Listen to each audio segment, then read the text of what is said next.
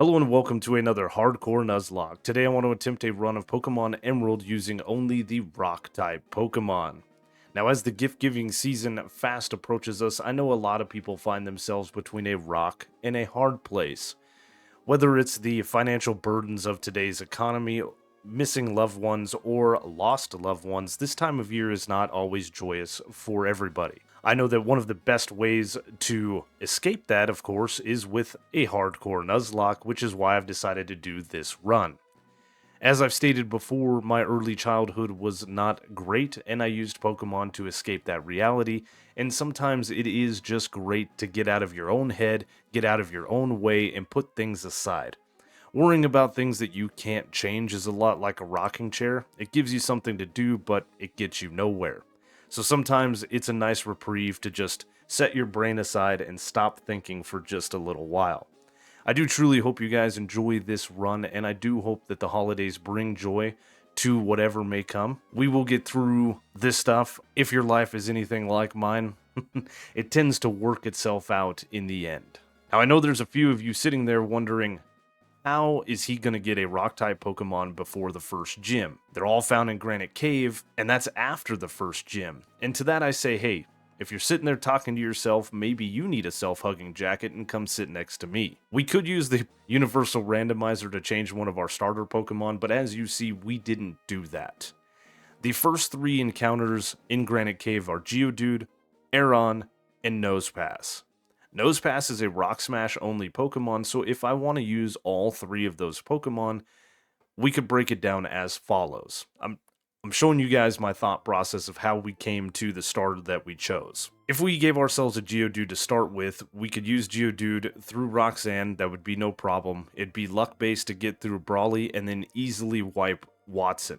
That would give us access to Rock Smash. We could head back to Granite Cave and get our hands on a Nosepass. The other option is we could give ourselves a Nosepass, but that would be difficult just throwing ourselves at Roxanne over and over again. We could beat her, but she has 2 potions and an Oranberry. I think it would be very long and very luck-based. Getting through Brawly might be a little bit difficult, but then we could beat Watson and get ourselves an Aron in Granite Cave and Rock Smash a Geodude. We can give ourselves an Aron, but there's no way we're going to get through Brawly with just an Aron. Also, we would have to bypass the encounters in Granite Cave, get through Watson with Aron, use Rock Smash and get a Geodude outside of Granite Cave because Geodude can be found in the rocks at 70% and Nosepass is only a 30% chance. That's a lot of different things that we would have to mess around with and different variables, and what I've decided to do to start this run off is cheat. We're going to stick our Game Genie in our Game Boy Advance, and we're going to give ourselves a decent little starter once we can actually trade Pokemon. And if you got the Game Genie reference, you should probably go talk to your doctor and have a few things checked out. If we breed a Nosepass in a different game, we can give it the Egg move Magnitude and use the Nosepass. This way we don't have to worry about Rock Smash, and this would give us an easier time with Roxanne, an easier time with Watson. It's still going to be luck-based to get through Brawly, but I think this is the best-case scenario. We'll pick up the Aron in Granite Cave, and then we'll get a Geodude after we beat Watson. This gives us a total of, I think, 8 encounters. 7, 8. It gives us 9 encounters that we can get our hands on for this entire run with some really neat Pokemon. Pokemon Emerald is very unique in the fact that it gives us 2 different rivals, but neither of which we can actually nickname. Wally and May, we can't change their nicknames, so in my head I have nicknamed May Algorithm, because we are trying to beat the algorithm both in-game and in real life. Now the in-game algorithm between May and Wally is going to be very, very easy, but the in real life algorithm is vastly different. If you guys want to help me defeat it, it's very simple on your end. You can like the video, comment on the video, subscribe to the channel, hit the notification bell so you get notified when these videos come out, and of course you can share this video with your friends. Any and all interaction with the channel is greatly appreciated, and it does help out a lot. I know it doesn't seem like it, but trust me, it does boost the numbers, and the ride this far has been truly amazing. I can't thank you guys enough for the continued support. I swear we're sitting on a powder keg just waiting for this rocket to launch. One of these days we're going to wake up and there's going to be 10K subs, and I'm not going to know what to do with myself. I know that I could help my case if I did some streaming and stuff like that, but the workload I have is very, very time intensive, and I'm doing the best I can with putting out a video a week. I wish I could do more. If you guys want to continue any kind of conversations, I do have a Discord. The link to that is in the description below. Just thought I'd throw that out there. Now, after we get access to Pokeballs, we can catch another Pokemon and trade ourselves the egg that we bred, which is a Nosepass. I wanted to start with this Pokemon because I've never played with it, and this is the first game in which Nosepass is. This is its native land, Hoenn. Now, we're going to nickname this thing Compass, and there is a nickname theme, as there is with every single run. Can you guys guess it? Maybe not with this Pokemon, but maybe the next few. It has a Careful plus Special Defense minus Special Attack nature. That's fine.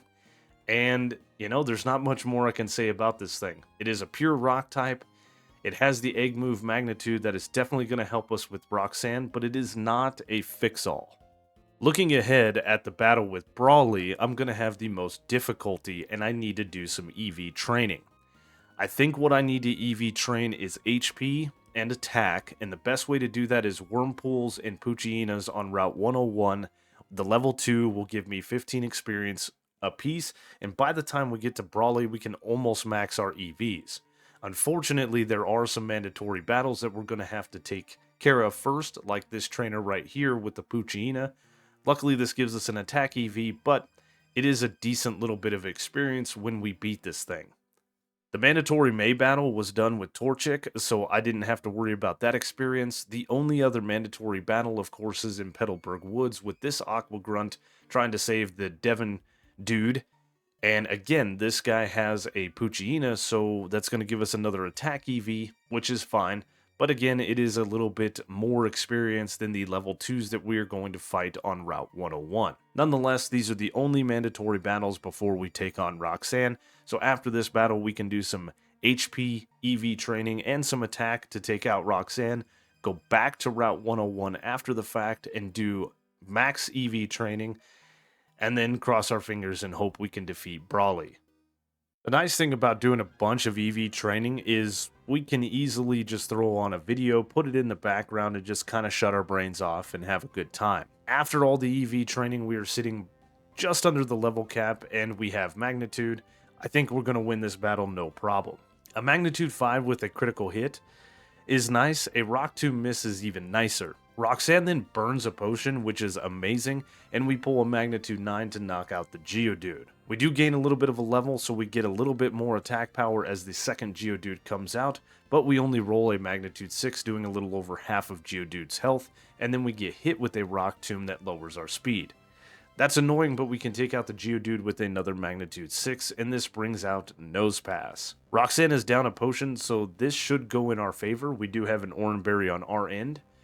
A Harden is fine. Magnitude 6 does a decent amount of damage with a critical hit all the way to low yellow health. This is going to burn the Oran Berry, bringing Nosepass back up to half. It just goes for block, which is really random. I can't escape. Magnitude 7 takes Nosepass right back down to yellow, and Roxanne uses her last healing item to heal Nosepass up to 3/4 of health. A Magnitude 9 takes Nosepass back down into low yellow health, and then we get hit with a Tackle.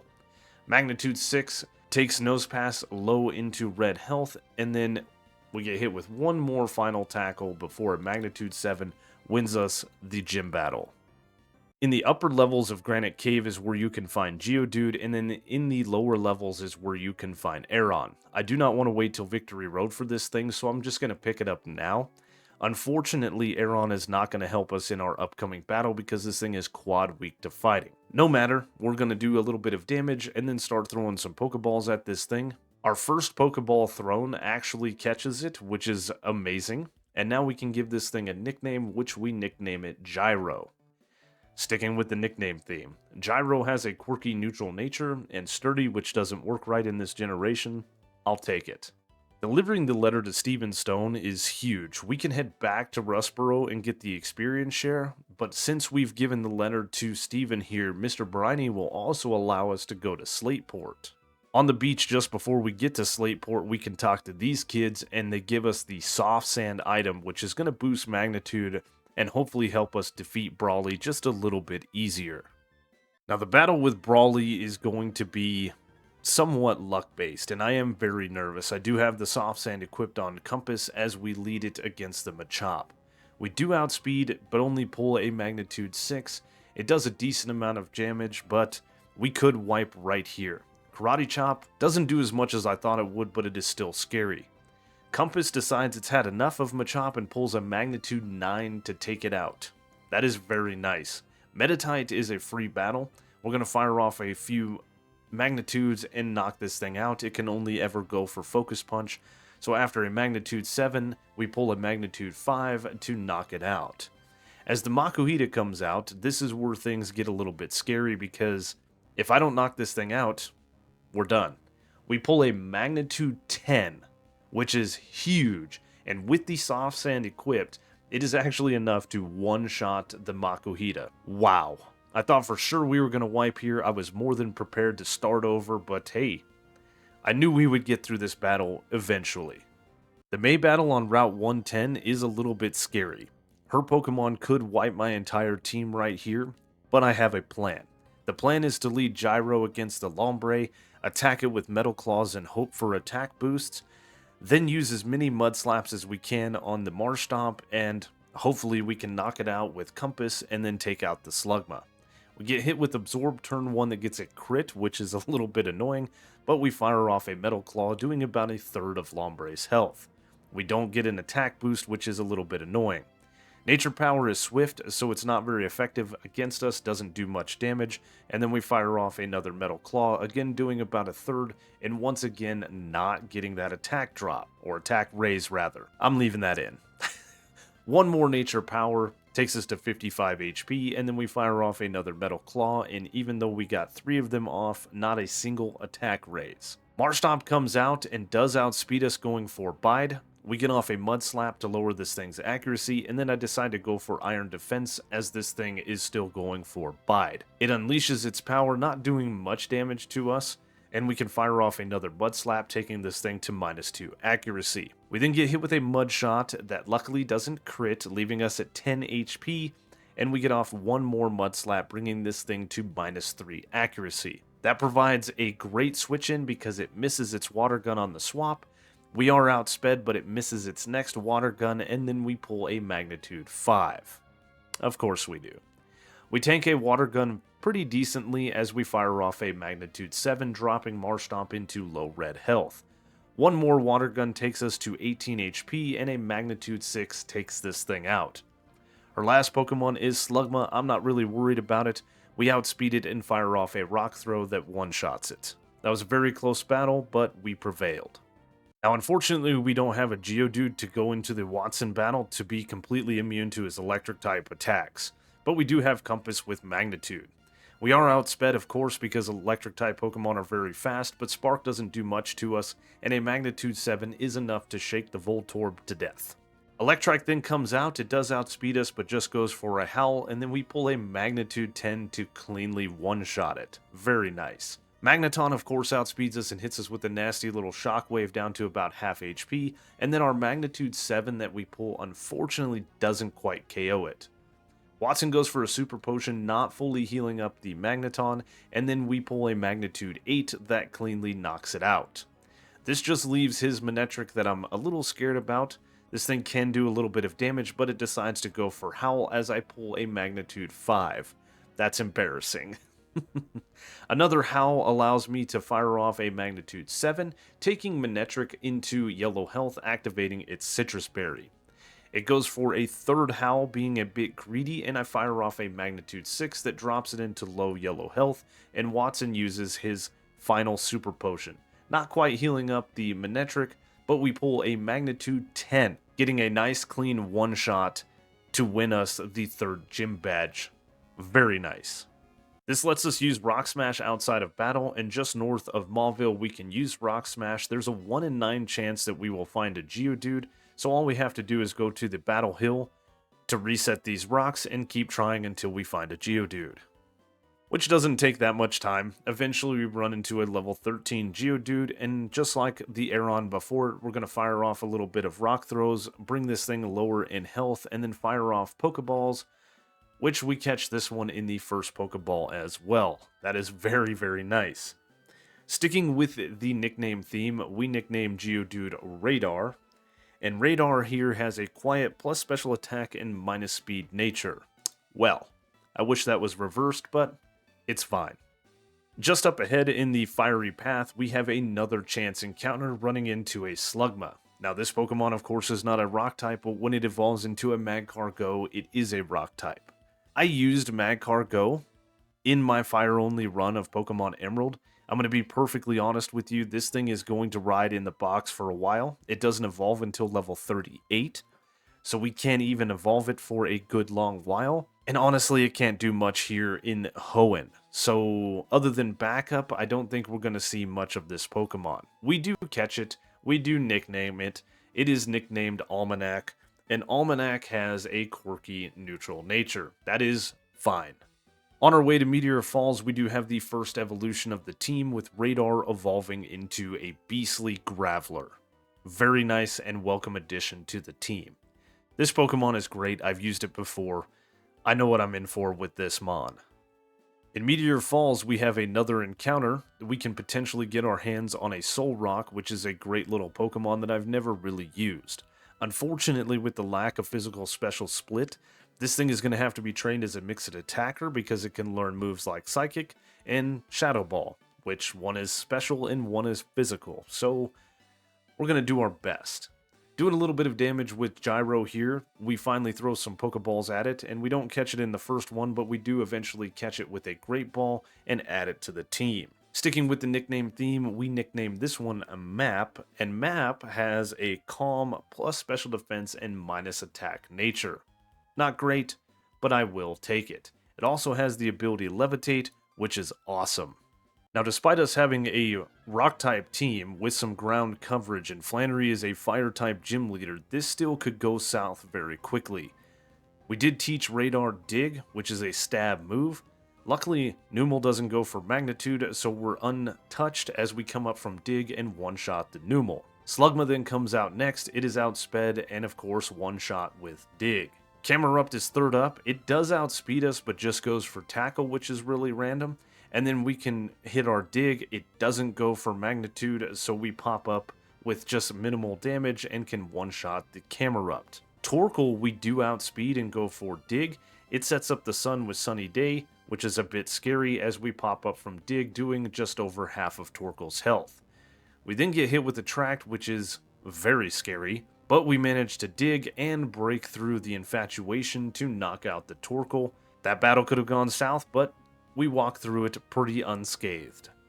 Normally, Algo giving us the Go Goggles doesn't mean anything, but this time we have two potential encounters with the Go Goggles now in our pocket, so it's time to head to the desert just outside of Route 112. At the top of the Mirage Tower, we have a choice between the Claw and the Root Fossil, whatever. I used the Claw Fossil and Armaldo in my bug-only run. I think the Root Fossil and Credilli is going to be a better encounter for us in this run. I may be wrong, but I'm going to stick with that decision. What's really weird is that the tower crumbles after you take one of the fossils, and then the fossil just disappears into the sand forever. Like, what even is that? We could easily just dig that thing up, couldn't we? And then we could get both Pokemon? We make the long journey back to Rustboro so that we can revitalize our newly acquired Lileep, and of course we are going to nickname this thing. Sticking with the nickname theme, we have nicknamed it Ruler. And taking a look at Ruler, it has a timid plus speed and minus attack nature. That's okay, I'm going to use this thing predominantly as a special attacker, but I hate the minus attack. Quickly making our way to the 5th gym with Norman. His normal types aren't going to be able to do much to us. Spinda does outspeed us and hit us with a Side Beam, which is really weird. Normally this Pokemon likes to go for Teeter Dance, and I have a Berry for that. We connect with an Iron Tail that doesn't quite one-shot the Spinda, but it does get the defense drop, so after Norman heals up fully with a Hyper Potion, we connect with another Iron Tail to knock it out. As the slacking comes out, my plan for the slacking is to go for iron defense as it wants to go for counter, and then on its loafing turn we are going to fire off mud slaps, lowering its accuracy. And we're just going to keep doing that until it runs out of counter power points, and then we can just attack this thing. It is a battle of attrition, and Norman still has a hyper potion, and slacking does have a citrus berry, so we've just got to stick with it. It is a good plan. We will be at +6 defense, and slacking will be at -6 accuracy by the time this plan is over. We can start firing off iron tails on its loafing turn after we get the -6 accuracy, bringing slacking low, and then once we see it use feint attack, now we know it doesn't have any more counters, so we can start just firing off iron tails and eventually taking that thing out. We're sitting at 72 HP as the Vigoroth comes out, and that was a very good slacking battle. We are outsped and hit with a feint attack. Again, it doesn't do much damage to us. Unfortunately, we do miss our iron tail. One more feint attack and we fire off an iron tail, taking Vigoroth very low, and then Norman uses up his last hyper potion. Another iron tail takes Vigoroth right back down to low yellow health. We get hit with a weak feint attack to 48 HP, and then an headbutt takes out the Vigoroth. Lanoon comes out and goes for a slash, not doing any damage, and then Iron Tail takes Lanoon to red health. Lanoon is still trying to take us out, but a headbutt doesn't do much damage, and we can take out... Never mind, we flinch, and then get hit with a facade down to 48 HP before we fire off a headbutt, taking out the Lanoon, winning us the 5th gym badge. After the reward that is the badge, we also get another reward with Gyro evolving into a Lairon. This is a great Pokemon, and I'm excited to use this one in this run. Nice bulk. Welcome to the team. Out on Route 123 is the Berry Master's house, where we can start our citrus berry farm. Here we were able to find some pomegg berries. Normally I don't care about these kinds of berries, but they lower your HP EVs, and this is going to allow me to take Pokemon like Radar and Gyro and reset their HP EVs and do some speed EV training, because I was just maximizing as much as I could to get through the early game. It's time to start prepping for the mid game and end game.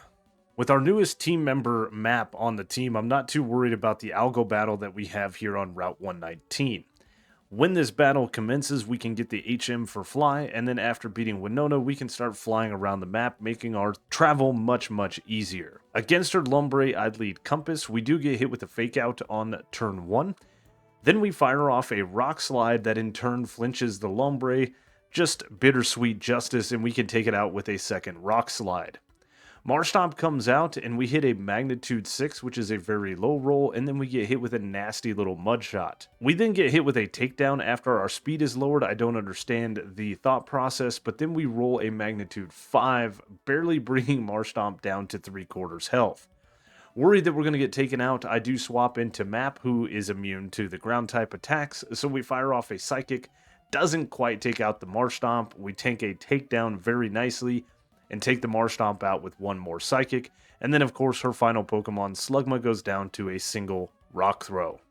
Now you would think a Flying type gym leader Winona we would have an easy time against with our Rock type team. As a matter of fact, as Compass comes out and one-shots the Swablu with the Rock Slide, you think that this is going to go really easy. Unfortunately, she's got a pretty rounded team. Tropius doesn't really have anything that it can do against us, so we stay in and go for a Rock Slide. This takes Tropius down well below half, and then it sets up the Sun with Sunny Days so that it can outspeed us. But then it just chooses to go for Aerial Ace, not doing a lot of damage, so we can take out the Tropius with another Rock Slide. As the Pelipper comes out, I decide to stay in and set up the Sand, and then we get tagged with a Supersonic. Pelipper does what Pelipper does best and goes for Protect, so we don't hit it with a Rock Slide, luckily not hitting ourselves in Confusion. We break through Confusion to fire off a Rock Slide that takes Pelipper into low red health and gets the flinch, but Winona's going to use a Hyper Potion, of course. We hurt ourselves in Confusion for the first time the next turn, and then Pelipper protects itself as we snap out of Confusion. Beautiful. We can then fire off a Rock Slide, taking Pelipper really low into red health, and then follow it up with one more Rock Slide, taking it out. Nice showing from Compass in this battle, but as the Altaria comes out, it does have Earthquake, so I swap into Map to avoid it, but Altaria went for Dragon Dance. It goes for another Dragon Dance, and I fire off a Psychic that does about a third, maybe only a quarter, and it goes for a third Dragon Dance. This is going to power up its aerial aces, but I'm not too worried. Psychic takes Altaria down to half, activating its Citrus Berry. I then fire off a Rock Throw, taking Altaria into low red health, and Winona uses up her last Hyper Potion. Another Rock Throw gets a critical hit, taking Altaria back down to red health, and then it sets up another Dragon Dance I don't understand it through the battle, as we take it out with a Psychic. This just leaves her Skarmory, which is very scary for my Rock-type team with Steel Wing, but I can swap into Gyro, and it gets hit with 2 Sand attacks, which is very annoying, but we do get off an Iron Tail, doing a decent amount of damage. We get hit with another Sand attack, and another Iron Tail gets a critical hit, taking Skarmory low. A Steel Wing is doing a little bit of chip damage, but nothing we can't survive as we miss an Iron Tail. We get taken to 66 HP as we finally break through the -3 accuracy to take out the Skarmory. I decide to take on Algo here in Lily Cove. Normally I don't do this battle, but I do want to go get some TMs for Protect, maybe Light Screen and Reflect. I'm not 100% sure. Plus, we need to get some items, so I'm going to do this battle. We're going to breeze through this one. I'm not worried about her team at all. As a matter of fact, Compass can easily one-shot the Tropius with a Rock Slide. Out comes her Ludicolo. It doesn't go down to 2 Rock Slides, unfortunately, but a third does take it out because she doesn't use potions. As the Marshtomp comes out, we of course swap into Map to avoid the ground-type attacks, and then can take it out with 3 Psychics, taking very minimal damage from Takedown, and then Slugma goes down to a single Rock Throw. That was easy. After a bit of shopping at the department store, we then grab the Pokeblock case and head to the Safari Zone, where the only encounter we have available to us is Rhyhorn.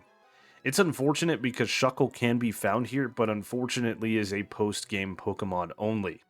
I really was excited to use that Pokemon, but I forgot that in my Bug-type run I couldn't get it there, so of course I can't get it in this run either.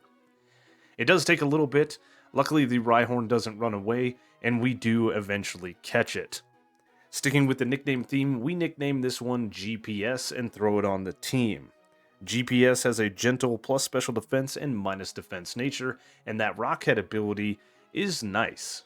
We now have 5 evolutions on the team with Almanac, Radar, Ruler, Gyro, and GPS all evolving at the exact same time because the level cap is now level 42. This is some much needed and much appreciated bulk added to the team.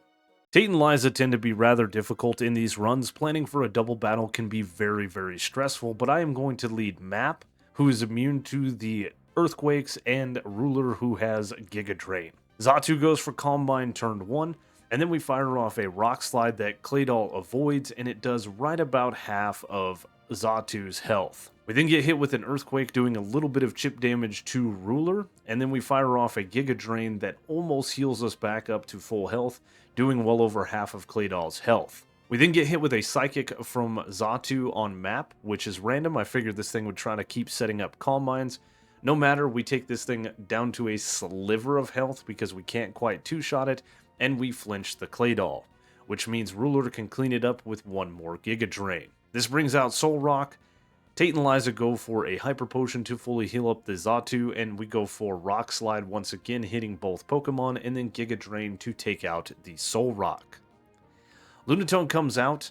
We get hit with another Psychic from Xatu, and fearing us losing a Pokemon, I decide to go for Rock Slide, doing some chip to Lunatone, and bringing Xatu down to a sliver, and then Acid can finish up the Xatu. Map uses Shadow Ball against Lunatone, taking it into low red health. We get hit with another Psychic to low yellow health on Ruler, but a Giga Drain takes out Lunatone, winning us a fairly easy 7th gym badge. All the Team Aqua and Team Magma stuff at this point has been really, really easy for our team. There's not much of a challenge. Typically, their Crobats are very difficult. It was relatively easy, but here we are at the culmination of their storyline where me, a 10-year-old kid, has to clean up everything. Steven asked me what's going on like I know. I have no idea. I just got here. Making our way to Sutopolis, of course, we get to see the epic Game Boy Advance cutscene of Groudon and Kyogre battling it out. two kids fighting over I don't know what.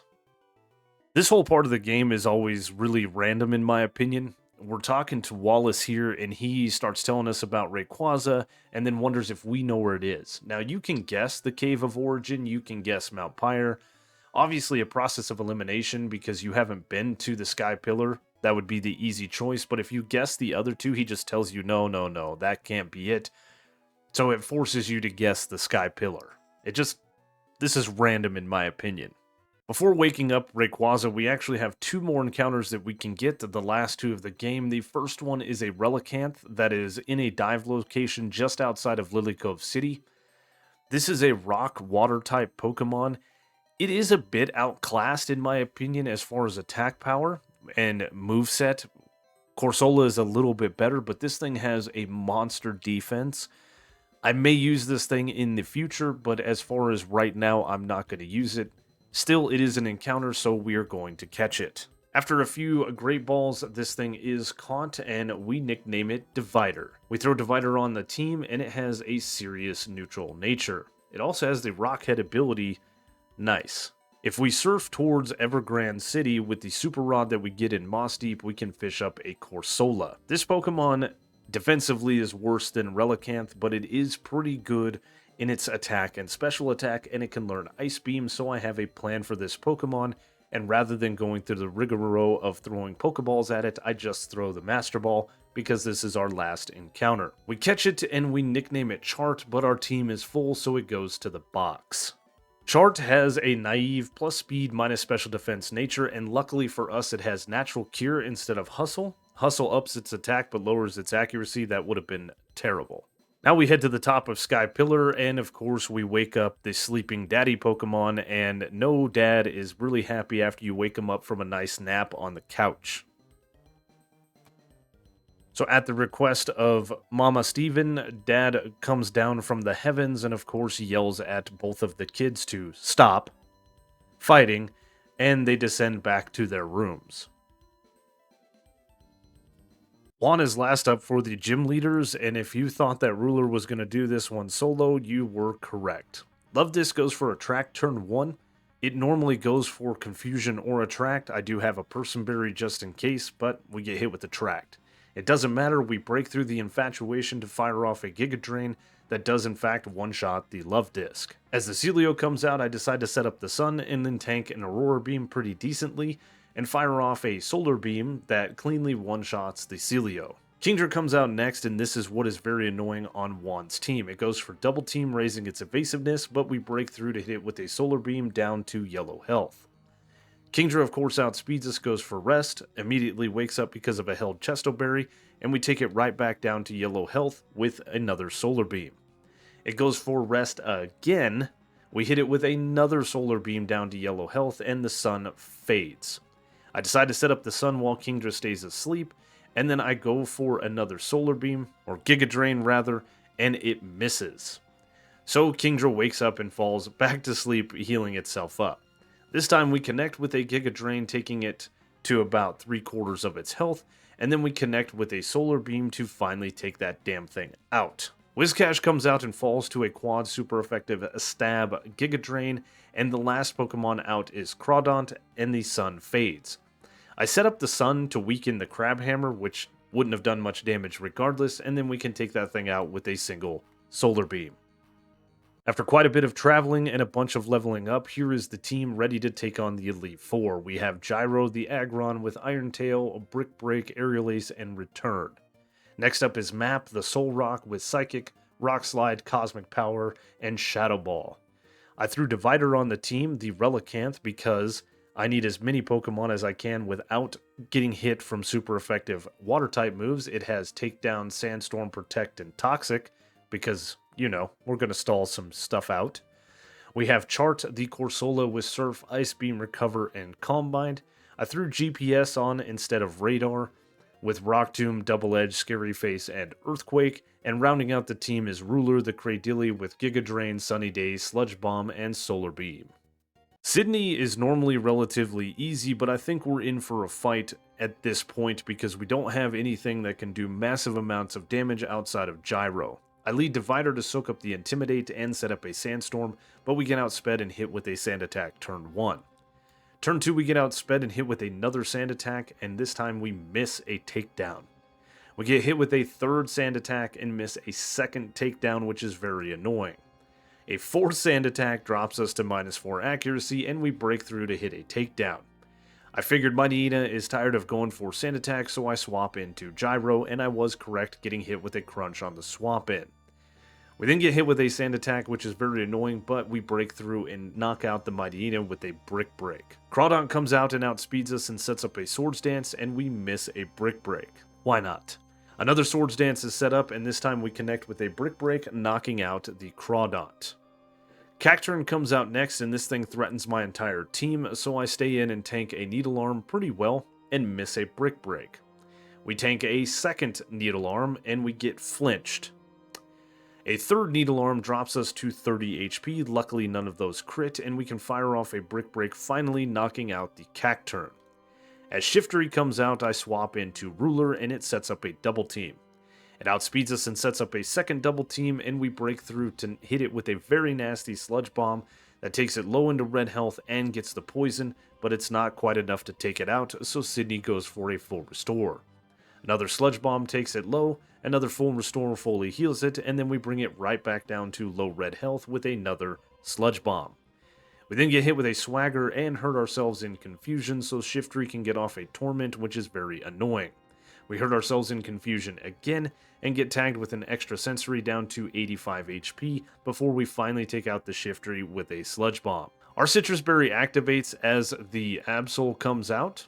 We outspeed it and tag it with a Giga Drain, doing massive damage, dropping it low enough to activate its Citrus Berry after it sets up with a Swords Dance. We can then outspeed it and take it out with a Sludge Bomb the very next turn, and that was more scary than it should have been.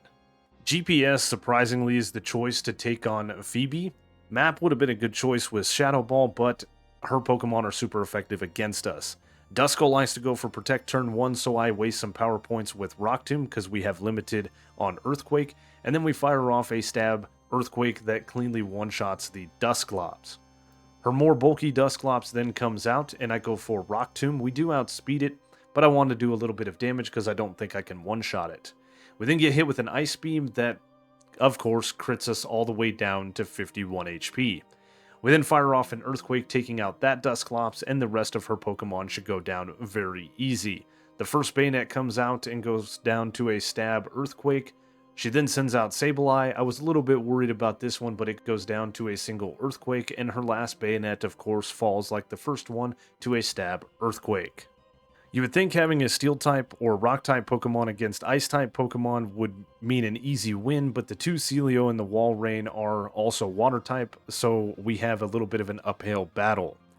Iron Tail is less accurate and not going to be able to one-shot the Celios because of their Water typing, so I go for Brick Break. It almost KOs it as Celio sets up the Hail. Glacia then goes for a full restore, and we hit it with another Brick Break right down to red health again, and then I fire off an Aerial Ace taking out the Celio. This brings in the big bad Walrein, so I swap into Divider. Divider tanks a Surf very well, and then gets outsped and hit with another Surf before landing a devastating Toxic. Our Citrus Berry activates, and then we go for Protect just to rack up a little bit of chip damage from Toxic, and then I swap into Chart. Provided this Surf doesn't crit, we survive one. Luckily we do, and then we can immediately swap into Ruler, who tanks a Surf on the swap in, and then all of the chip damage from Toxic allows us to KO this thing with a Giga Drain. Her last Celio then comes out, and I fire off another Giga Drain, and it doesn't quite take out the Celio as it sets up the Hail. I figured Glacia would heal here, so I set up the Sun, and she doesn't actually heal. Luckily for us, Celio misses a Blizzard, and then we can take it out with one more Giga Drain, fully healing up Ruler as the first Glalie comes out. I swap into Gyro on a light screen. We then get hit with a resisted Ice Beam, doing a decent amount of damage, and then can fire off that super effective Stab Iron Tail to one-shot the first Glalie, and then the second Glalie comes out, sets up the Hail, and falls to an Iron Tail as well. Drake and his Dragon types are not going to be very easy. Chart only outspeeds Shelgon, and then everybody else outspeeds us, so we're not going to have a nice little sweep. Shelgon, of course, goes for Protect turn 1, so we go for Calm Mind. The Calm Mind is not needed. but rather than wasting a turn, it's nice to have a little setup. Ice Beam then easily one-shots the Shelgon, and out next is Flygon. Flygon, we're not going to outspeed, and there's nothing on my team that can really swap in on 2 Earthquakes, so I have to stay in and risk a critical hit, and we survive on 4 HP. Chart, what an absolute unit. We fire off a quad super effective Ice Beam, one-shotting the Flygon. Altaria then comes out next, so I swap into Gyro. We get hit with an Aerial Ace on the swap in that doesn't do much damage, and then Altaria sets up a Dragon Dance. We connect with a Stab Iron Tail that does well over half of Altaria's health, and then Drake preemptively swaps into Kingdra. Luckily, I was changing my moves up for return, so we do just about half, and then Kingdra goes for Dragon Dance. I don't know why I decided to go for Iron Tail. I forgot Kingdra has the water typing, so of course this is not very effective and puts Kingdra in healing range. Drake then uses a full restore, and we fire off a return that this time gets a low roll and doesn't quite do half. I know I can tank a non-critical hit Surf, so I'm risking a lot, but we get hit with that Surf and survive on 22 HP as we fire off an Aerial Ace, bringing Kingdra low. I then swap in Divider. Divider tanks a Surf on the swap in, and then a second one because we're outsped. We then miss Takedown. I can survive one more non-critical hit Surf, which we do on 23 HP, and miss another Takedown.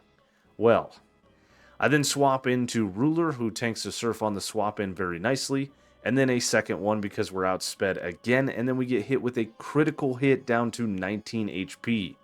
Well then, Giga Drain knocks out the Kingdra, heals us up back a little bit, and then as the Altaria comes out, our Citrus Berry activates, pulling us up to 71 HP.